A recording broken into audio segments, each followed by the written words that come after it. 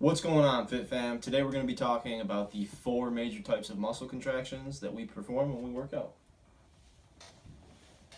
Now, if you're a beginner in the gym, you haven't really been working out all that long, this video is going to help you understand some of the basic terminology thrown around in the gym or that you might read in fitness articles online or see in YouTube videos.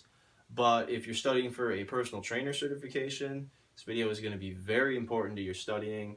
You're going to need to know the differences in major muscle contractions, guys. I can promise you there's going to be one multiple choice question on your test dealing with contraction types. So, let's get to it. The 4 major types of muscle contractions are concentric, eccentric, isometric, isokinetic.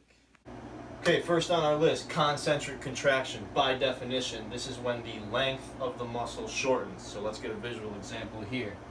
As I flex at my elbow and curl this 10-pound dumbbell, you'll see that my bicep shortens as the peak gets taller. So my bicep is shortening as I concentrically contract. Another way to think about this is the force that my bicep is producing is greater than the force of this 10-pound dumbbell, and that's what allows me to curl the weight.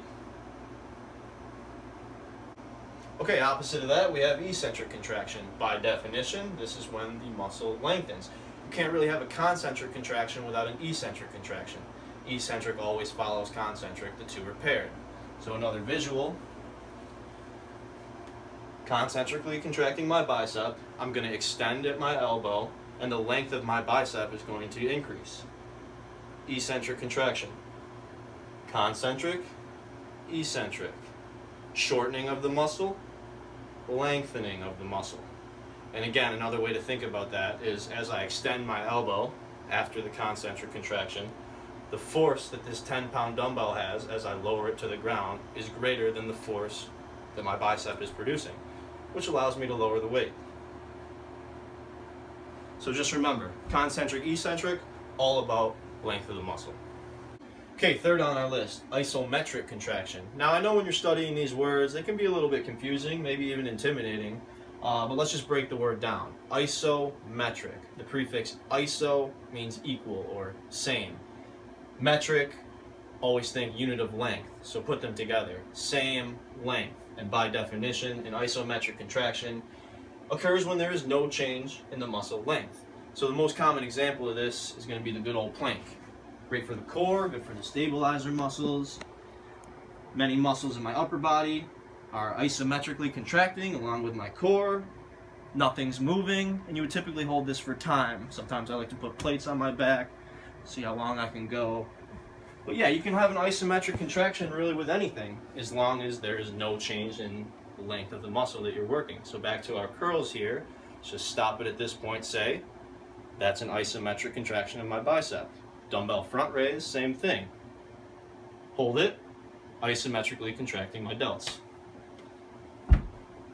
Alright guys, last but not least, number 4, isokinetic contractions. So let's break it down again. Iso prefix meaning same, kinetic, you might remember kinetic energy, study of things in motion.